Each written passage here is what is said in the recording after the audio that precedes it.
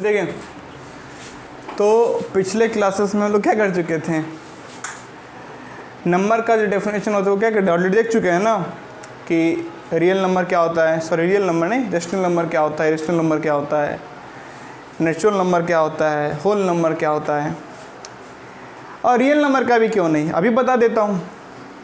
Rational number में क्या क्या इंक्लूडेड है, सारा जो नेचुरल नंबर है, सारा होल नंबर है और सारा इंटीजर किस में इंक्लूडेड है, रेशनल नंबर में।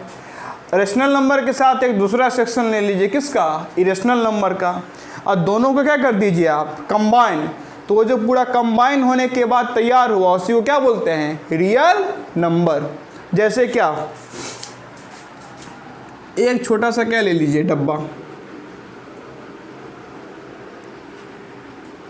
इस डब्बे का नाम है रेशनल नंबर। इस डब्बे का नाम क्या है, रेशनल नंबर। ठीक, इस डब्बे में कौन कौन रहता है, इस डब्बे में रहता है पूरा इंटीजर।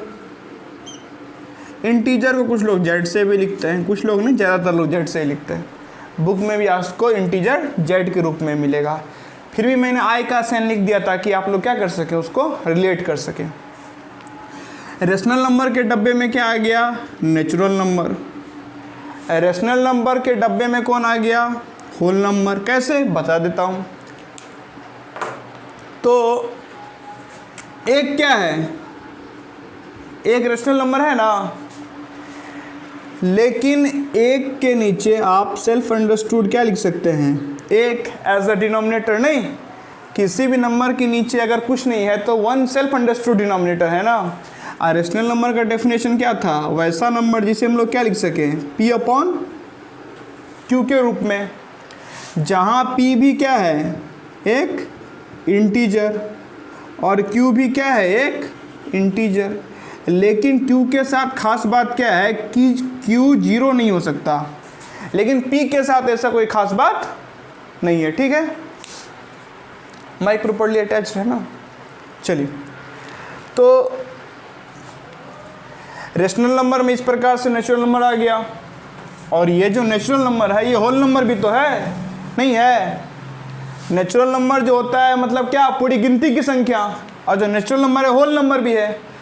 तो ये एक होल नंबर भी है, तो एक भी क्या है, रेशनल नंबर, मतलब नेचुरल नंबर भी रेशनल नंबर हुआ, होल नंबर भी रेशनल नंबर हुआ, और एक इंटीजर भी तो है, तो इंटीजर भी क्या है, रेशनल नंबर। ठीक है, तो रेशनल नंबर में सब आ गया। रेशनल नंबर तो रेशनल नंबर है ही, सारा नेचुरल नंबर भी रेशनल नंबर है, पूरा होल नंबर भी रेशनल नंबर है, और पूरा इंटीजर भी क्या है, रेशनल नंबर। जैसे कि कोई इंटीजर ले लीजिए, क्या इंटीजर ले लीजिए आप, -7, इसके नीचे कुछ नहीं है तो सेल्फ अंडरस्टूड 1 है ना, और ये किसके रूप में लिखा है, p अपॉन q के रूप में, जहाँ ये भी इंटीजर और ये नीचे वाला भी इंटीजर, न्यूमरेटर भी इंटीजर है, डिनोमिनेटर भी क्या है, इंटीजर। अब दोनों इंटीजर है और नीचे वाला जो डिनोमिनेटर है वो जीरो के बराबर नहीं है, तो उसी को क्या बोलते हैं, रेशनल नंबर। तो रेशनल नंबर में कौन आ गया, नेचुरल नंबर, होल नंबर और सारा इंटीजर। अब एक दूसरा डब्बा ले लीजिए, अब जो एक दूसरा डब्बा ले लेंगे उस डब्बे का नाम क्या होगा, उस डब्बे का नाम है इरेशनल नंबर। Irrational number. अब इरेशनल नंबर क्या होता है, उसका जो आप अगर एक बेसिक डेफिनेशन जानना चाहिएगा तो सिंपल सा ये है कि जिस नंबर को आप p अपॉन q के फॉर्म में नहीं लिख सकते हैं उसी को क्या बोलते हैं, इरेशनल नंबर। अब दोनों डब्बा को थोड़ा छोटा छोटा कर लेते हैं, तो एक हमारा छोटू सा डब्बा कौन हो गया, r, और दूसरा हमारा छोटू सा डब्बा कौन हो गया, IR। इस डब्बा को एक बड़े डब्बे में क्या कर देते हैं, बंद, और वो जो बड़ा डब्बा है उसी का नाम क्या है, रियल नंबर। रियल नंबर मतलब पूरा रेशनल नंबर और सारा इरेशनल नंबर जब इंक्लूड हो जाता है तो क्या बनता है, रियल नंबर, वास्तविक संख्या। ठीक है ना। चलिए अब ध्यान दीजिए, एक चीज़ समझिए, क्या ये किस नंबर का नाम रियल नंबर क्यों है? रियल नंबर इसलिए है क्योंकि ये नंबर रियलिटी में एग्जिस्ट करता है। मतलब क्या? मतलब इस नंबर को आप नंबर लाइन पे रिप्रेजेंट कर सकते हैं, ठीक है ना। रियल नंबर वैसा नंबर जो रियलिटी में एग्जिस्ट करता है, और इस नंबर को आप क्या कर सकते हैं? नंबर लाइन पे रिप्रेजेंट कर सकते हैं। जैसे कि कोई भी रियल नंबर ले लीजिए, -√2 हो, √3 हो, 7/5 हो, -3/9 हो। इस प्रकार के सारे नंबर्स को आप नंबर लाइन पे क्या कर सकते हैं? रिप्रेजेंट कर सकते हैं। इसीलिए इसको क्या बोलते हैं? Real number. लेकिन अगर रियल है तो कुछ इमेजिनरी भी होगा, नहीं? अगर मात्र नंबर ही होता तो इसको हम लोग सिंपल क्या बोलते हैं? नंबर बोलते हैं ना। लेकिन इसको बोला क्या गया है? Real number. तो इसको जो रियल नंबर बोला गया है, यही इस बात का संकेत है कि रियल है तो कुछ इमेजिनरी भी क्या होगा। तो चलिए, तो दूसरा नंबर क्या होता है? Imaginary number. Imaginary number. अब इमेजिनरी नंबर क्या हम लोग को अभी पढ़ना है? बिल्कुल अभी नहीं पढ़ना है। कब पढ़ना है? क्लास 11th में। क्लास 11th में एक चैप्टर है कॉम्प्लेक्स नंबर। उसी समय जब हम लोग कॉम्प्लेक्स नंबर पढ़ना क्या करेंगे शुरू, जब हम लोग क्लास 11th में जाएंगे। आप लोग क्लास 11th में मैथमेटिक्स पढ़िएगा, तो जब क्लास 11th में कॉम्प्लेक्स नंबर पढ़िएगा तो वहाँ आपको किससे मुलाकात होगी? इमेजिनरी नंबर से, ठीक है। फिलहाल आप लोग रियल नंबर से मुलाकात करिए। चलिए अब आगे देखते हैं। तो यहाँ तक क्या देख लिए? Natural number, whole number, integer, rational number, irrational number, उसके साथ में एक्स्ट्रा में prime number, composite number, even number, odd number, twin prime number, coprime number, ठीक है। आज की क्लास में क्या देखना है? इक्विवेलेंट फ्रैक्शन क्या होता है, ठीक है। तो चलिए इक्विवेलेंट फ्रैक्शन देखना क्या करते हैं, शुरू।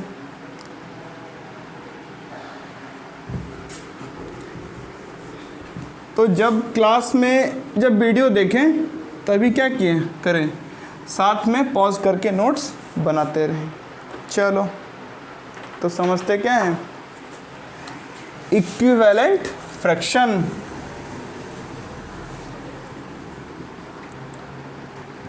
Equivalent fraction. तो देखो इक्विवेलेंट फ्रैक्शन में कितना वर्ड है? 2 वर्ड। पहला वर्ड क्या है? इक्विवेलेंट। इक्विवेलेंट जो है कहाँ से आया है? एक वर्ड किससे? इक्वल से। और इक्वल का मतलब क्या होता है? बराबर। और दूसरा वर्ड क्या है? फ्रैक्शन।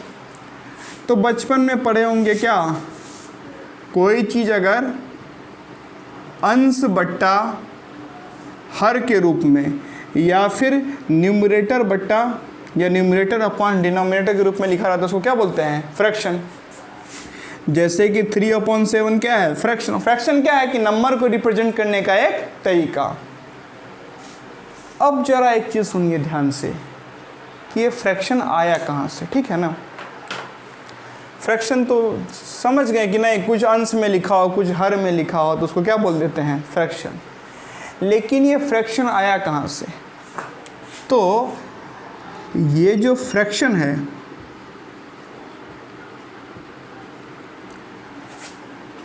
वो फ्रैक्शन आया है कहाँ से? डिवीजन से। फ्रैक्शन कहाँ से आया है? डिवीजन से। कैसे? बताता हूँ। 7 आम थे, खाने वाले लोग कितने हैं? 5। 7 आम को 5 भाग में बांट देंगे तो क्या हो गया? 7/5।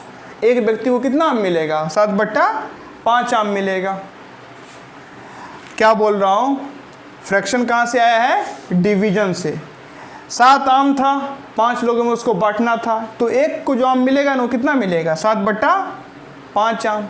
अच्छा कैसे? बता देता हूँ, ध्यान सुनिएगा। मैं बोल रहा हूँ एक को कितना आम मिला? 7/5 आम। तो जब सबको 7/5 सबको 7/5 आम मिला ना, सबके आम को क्या कर दूंगा? जितना टोटल आम मिला सबको उसको जोड़ दूंगा तो टोटल 7 आम आ जाना चाहिए ना। जितना सबको बांटा है 7 आम था, 5 लोगों में बांटा, तो पांचों पूछ रहा है कि हमें कितना आम मिला, तो 7/5। वो बोलेगा अच्छा नहीं झूठ बोल रहे हो, झूठ नहीं बोल रहे, सही बोल रहे हैं। कैसे बताते हैं।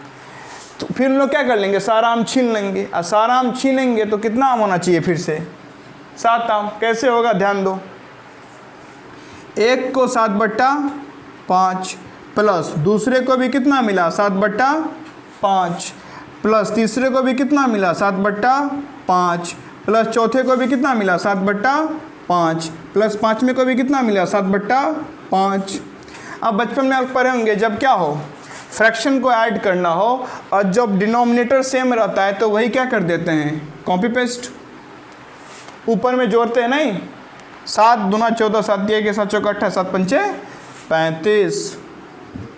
अब कैंसिल करिएगा तो 5 5 1 5 5 7 35, तो कितना आ जाएगा, आ गया ना 7, आया कि नहीं आया। तो जहाँ चीज़ों को डिवाइड करना होता है वहीं पे मार्केट में क्या आता है फ्रैक्शन। ठीक है, चलिए अब आगे समझते हैं और फ्रैक्शन के बारे में क्या क्या समझना है।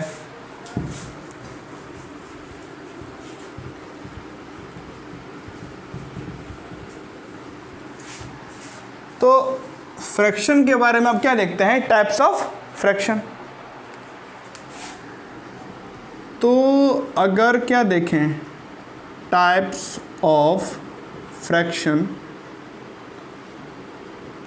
तो वहाँ पे हम लोग क्या देखते हैं 3 टाइप का फ्रैक्शन होता है। पहला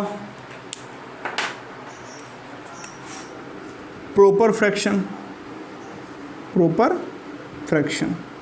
अब प्रॉपर फ्रैक्शन के बारे में क्या है, कुछ खास बात जानना नहीं है, सिंपल सा इतना याद रखिए, जब न्यूमरेटर छोटा हो और डिनोमिनेटर क्या हो बड़ा, तो उस प्रकार के फ्रैक्शन को क्या बोलते हैं प्रॉपर फ्रैक्शन। एग्जाम्पल के लिए 3/7, 2/5, 9/11, इस प्रकार के फ्रैक्शन को क्या बोलते हैं प्रॉपर फ्रैक्शन। ठीक है ना, मतलब क्या न्यूमरेटर छोटा और किसके कंपैरिजन में, डिनोमिनेटर के कंपैरिजन में। अब आते हैं किस पे, इम्प्रॉपर फ्रैक्शन क्या होता है। तो इम्प्रॉपर फ्रैक्शन,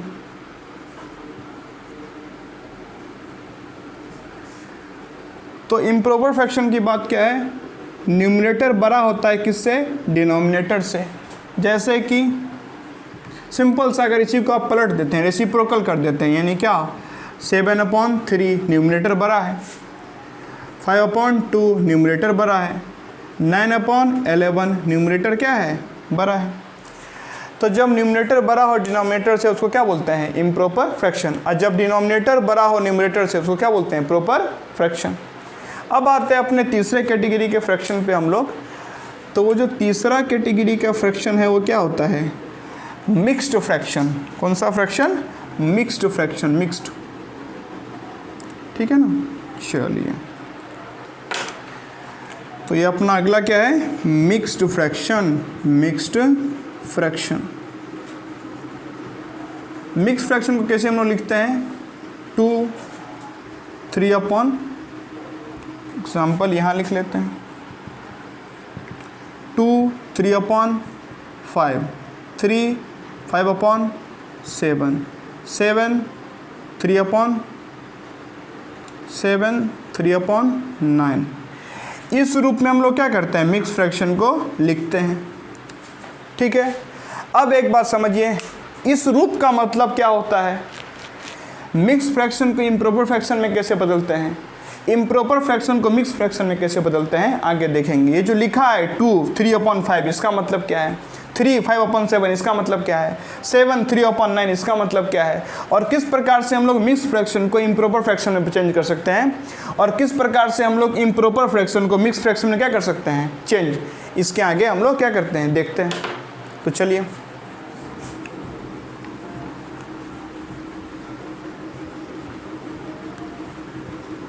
नोट्स बनाते समय जितना डिटेल में नोट्स बना सके उतना डिटेल में क्या बनाने का प्रयास करिएगा नोट्स।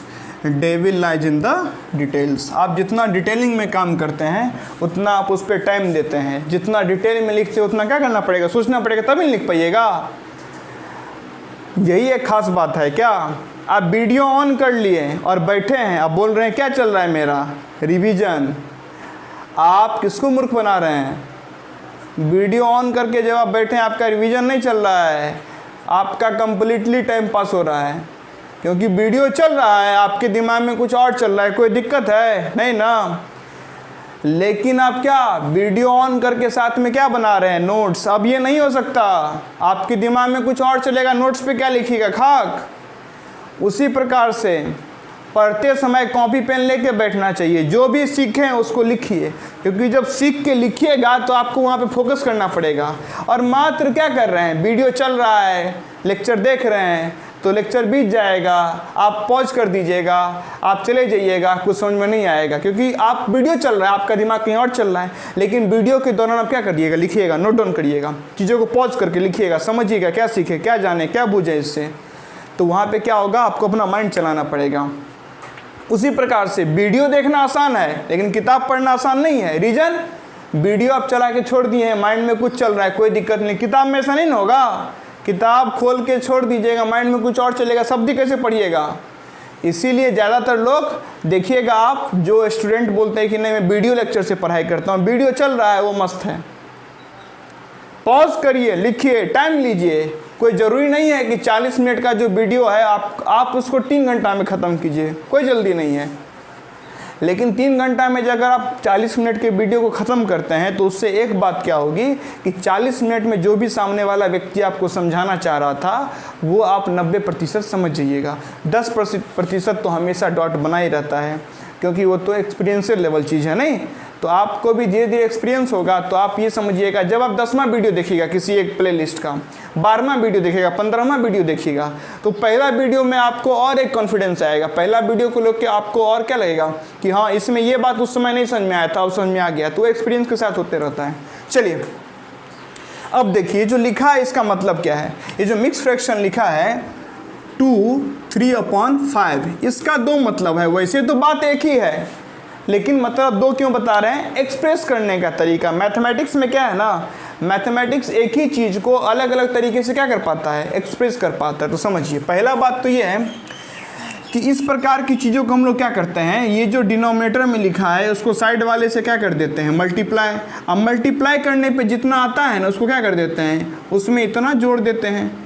और डिनोमिनेटर में जो है उसको पूरा वही का वही लिख दिया। डिनोमिनेटर में है 5, तो यहाँ भी क्या लिख दिए 5। और यहाँ पे क्या किए, 5 दूना 10 3 13, इस प्रकार से लिख सकते हैं। ठीक है ना।